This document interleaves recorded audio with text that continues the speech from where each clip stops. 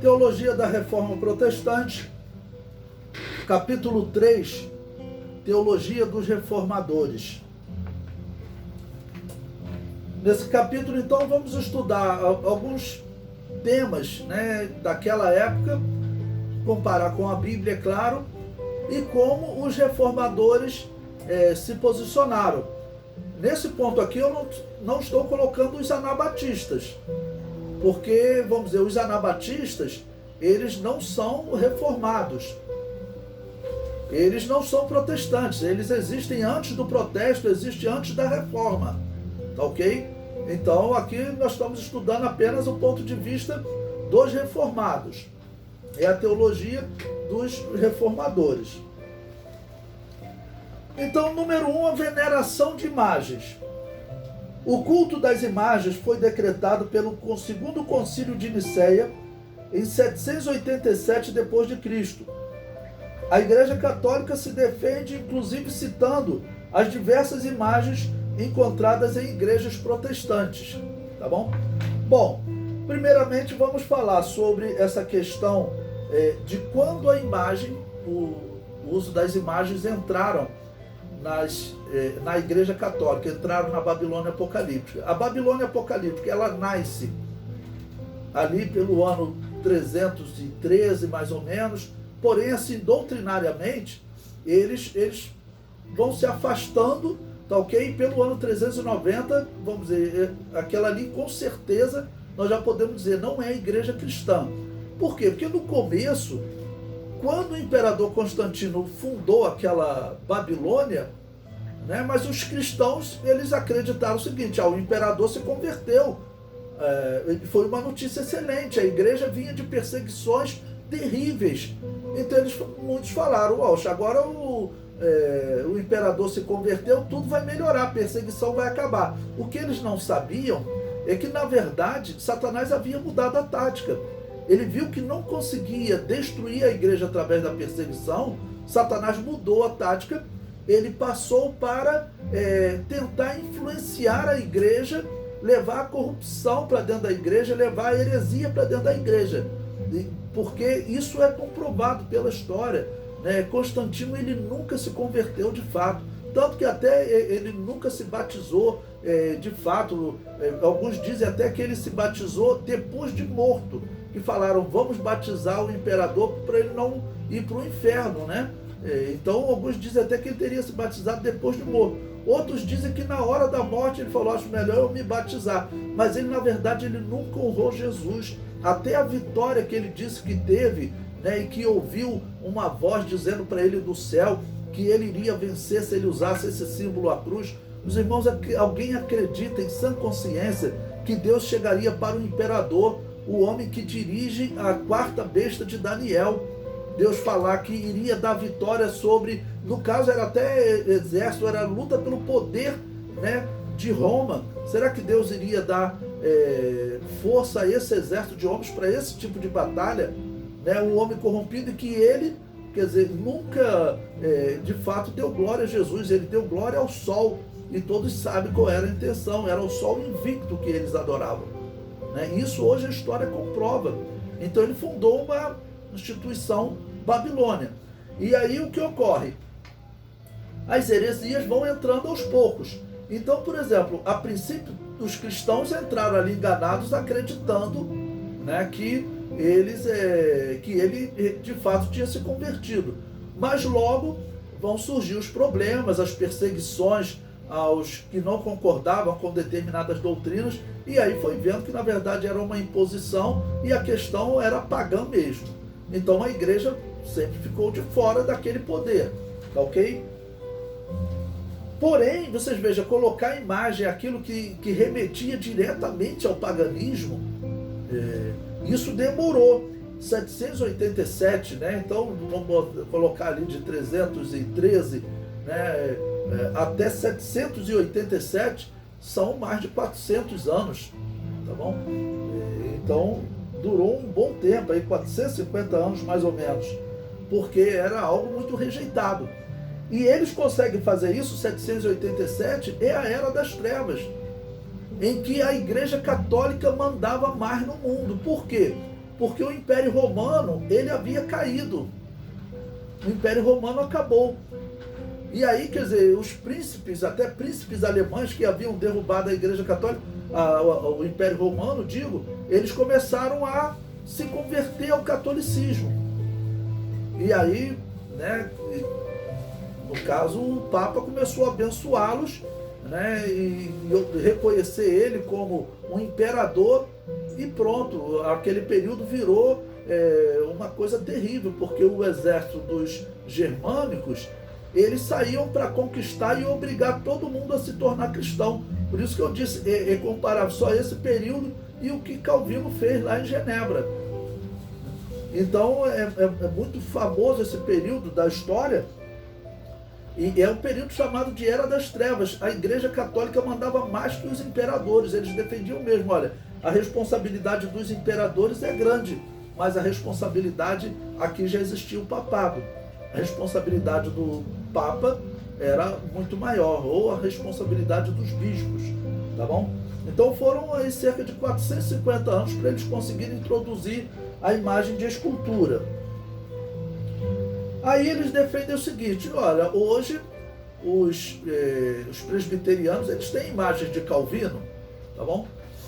Bom, vamos pelo menos reconhecer o seguinte, eu acho que os presbiterianos, apesar de ter imagem, eles não acreditam que essas imagens, elas representem santos que possam interceder por eles, ok? Isso eles não acreditam, os católicos acreditam, então é uma diferença. Porém, o certo é não ter imagem nenhuma. A Assembleia de Deus está correndo esse risco de ter imagem, né? Parece que já surgiu o propósito de fazer uma imagem àquele presidente que presidiu a CGADB por tanto tempo. Tomara que não, mas é um mau exemplo, não vai ser como a Igreja Católica, porque não vai venerar, tá ok? Mas o melhor é nem ter imagem, isso daí é péssimo para a Igreja, tá ok? Bom, primeiramente vamos ver como Lutero ele se posicionou então em relação à veneração de imagens. Criticou as mais de 17 mil relíquias do castelo de Frederico o Sábio, que mais tarde se converteu ao cristianismo pregado por Lutero. Que Deus com nenhuma palavra mandou pedir nem a anjos nem a santos para que roguem por nós. E encontra-se também que culto aos santos é pura invenção humana, fora da palavra de Deus e da Escritura. Por isso, não se deve aconselhar nem permitir que alguém ensine a invocar na prece os santos falecidos, ok? Ou seja, infelizmente Lutero ele também manteve a doutrina da heresia da predestinação, né? Ele também manteve aquela prática da violência contra os discordantes, ok? E manteve outras heresias também, nós veremos mais à frente, mas eu considero o seguinte, os anabatistas até sofreram mais, porque eles eram perseguidos pela Igreja Católica. Quando eles ouviram falar da reforma, igual aqueles salvos ouviram, os cristãos perseguidos ouviram falar que o imperador Constantino tinha se convertido. Quando ouviram falar de alguns homens que estavam combatendo a Igreja Católica e sobreviviam, diz a história que os anabatistas então começaram a aparecer, né, e a se manifestar. Infelizmente eles foram perseguidos pela Igreja Católica, pelos reformados. Tem a história de um homem que ele começou a ser perseguido pelos reformados, que foi torturado. Foi uma história muito triste, eu vou passar o nome dele depois lá no grupo para os irmãos. Então o que aconteceu? Ele foi torturado e depois de uma semana de tortura, ele negou a fé anabatista. Ele disse, tudo bem, eu reconheço que é heresia, e assinou. Mas, irmãos, era uma semana de tortura. Diz que ele ficou muito mal visto entre os cristãos anabatistas daquela época, ele ficou muito mal visto, mas o que ele fez então? Ele acabou fugindo, foi para uma cidade distante, porque os cristãos anabatistas disseram, você tinha que ter aceitado a tortura até o fim, morrer, mas não negar. Ele, eu não aguentava mais, era uma semana de tortura. Aí ele ficou com muita vergonha, ele fugiu para a Morávia, me lembra o local para onde ele foi habitar. E lá, depois de alguns anos, ele reavivou a fé dele, Deus mostrou que ele estava perdoado, começou a pregar de novo, tá bom? Aí dessa vez ele foi capturado pelos católicos. E é interessante a história dele, porque dessa segunda vez ele sendo torturado pelos católicos, diz que a esposa dele ficava do lado dele, amor, não nega, depois que eles te matarem, eles vão me matar também, mas eu não vou negar, né? Jesus já te perdoou, não nega. Eu me emociono quando eu lembro dessa história.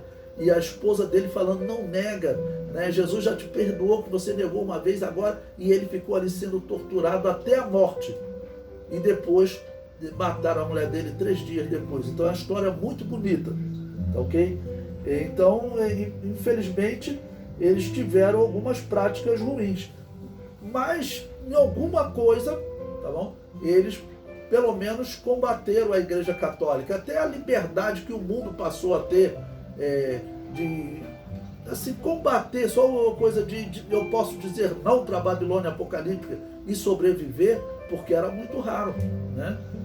Isso, quem a Igreja Católica determinava a morte, né? Isso aconteceu até com os soldados católicos, né? Que lutaram na guerra por Jerusalém, que aquelas cruzadas, alguns falam, os cristãos atacaram, né, os muçulmanos. Não, os cristãos não. Aquilo era Babilônia apocalíptica, né? Ela que queria colocar um governo na terra. E aí, então, criou aqueles ataques. Aqueles cavaleiros, como eles estavam muito ricos, diz a história que o Papa, né, junto com o rei da França, inventou que eles estavam adorando a Satanás, confiscou a riqueza de todos, matou a todos, né, que eles saíram fugidos pelo mundo, mas acabou com todos, não tinha mais guerra, né, não precisava de tanto soldado, o Papa queria o dinheiro deles. A coisa era terrível. Prosseguindo, agora vamos a Calvino. Ele escreveu: certamente conheço muito bem este popular e vulgar refrão: as imagens são os livros dos iletrados. Isso foi dito por Gregório. Entretanto, de maneira muito diferente, fala o Espírito de Deus, em cuja escola, se Gregório houvesse sido instruído nesta matéria, jamais haveria de ter assim falado. Portanto, quando Jeremias proclama que o lenho é o preceito da futilidade, quando Abacuque ensina que a imagem fundida é a mestra da mentira, por certo que daqui se deve deduzir esta doutrina geral, que é ilusório e mais ainda loucura tudo quanto os homens têm aprendido das imagens acerca de Deus. Ele diz também: além disso, deve-se ler o que Lactâncio e Eusébio escreveram a respeito desse assunto, pois eles não têm a menor dúvida de que as imagens que se veem são todas de seres mortais. Do mesmo modo se expressou Agostinho, que taxativamente declara como ato abominável não só o adorar imagens, mas também levantá-las a Deus. E ele não está dizendo outra coisa senão repetindo o que muito antes vos foi declarado no concílio de Elvira, cujo cano 36 diz o seguinte: resolveu-se que não se tenha nos templos representações pictóricas, de modo que não se pinte nas paredes o que se cultua ou se adora. Então, mostrando que até a Igreja Católica era contra, né? Isso só foi acontecer no ano 787. Então, Calvino, ele que bom, ele se posiciona também contra o uso de imagens, tá bom? Então, a Igreja Católica também justifica, tentando dizer que hoje, por exemplo, as igrejas evangélicas, a Assembleia de Deus, às vezes coloca uma arca. Aquilo ali é ilustrativo, né? Eu não vejo como um erro. Se alguém, de alguma maneira, fizer, vamos dizer, querendo adorar, aí, claro, vai ser errado. Mas eu também sou a favor de não usar. Apesar que, por exemplo, o castiçal, ele é usado como um símbolo para a igreja. Então, eu acho normal, por exemplo, usar o castiçal. E para concluir essa parte, o que Zwinglio escreveu está relatado no livro de Teologia da Reforma Protestante, de George. Ele diz: clamo de profundeza da impiedade quando deixamos Deus pelas coisas criadas, quando aceitamos o humano pelo divino. Chamo o meu rebanho para o mais longe possível, tanto quanto eu possa, de depositar esperança em qualquer ser criado, levando-o ao Deus único e verdadeiro e a Jesus, seu unigênito. E o autor do livro comenta: por que Zwinglio opunha-se tão severamente às imagens e às outras formas de religiosidade cerimonial? Podemos mostrar que pelo menos 3 razões. Em primeiro lugar, o princípio da autoridade bíblica relativizava todas as práticas extrabíblicas. Isso está claramente expresso na segunda das 10 teses de Berna. A Igreja de Cristo não faz lei sem mandamento à parte da palavra de Deus. Portanto, todas as tradições humanas não nos podem sujeitar, a não ser que estejam embasadas ou prescritas na palavra de Deus. Então, por que ele está citando a tradição humana aqui? Porque a Igreja Católica argumentava dizendo que a tradição dizia que poderia ter imagem, sim. Na verdade, essa tradição era de 700, né? Quando nasce, 787, quando nasce essa prática na Igreja Católica. Certamente haviam pessoas que usavam, mal convertidas do paganismo, porque quando alguém entrava para a Babilônia apocalíptica, você vai acreditar que essa pessoa estava de fato convertida, que era uma obra do Espírito Santo? Não, ela entrava ali por qualquer outro motivo, e era normal, então, ficar com as práticas antigas, como acontecia no Brasil com os negros, que entravam para a Igreja Católica, mas eles mantinham as práticas do Espiritismo, e surgiu, né, essa grande Babilônia de temas religiosos entre a Igreja Católica, os africanos e os outros também pagãos que entravam para a Igreja Católica, ok? Mantendo, às vezes, aquela prática de ter uma imagem. Aquilo talvez já viesse ali há 100, 200 anos, muitas pessoas fazendo as escondidas. A Igreja resolveu assumir e disse que fazia parte da tradição. Mas a tradição não tem autoridade para estabelecer doutrina.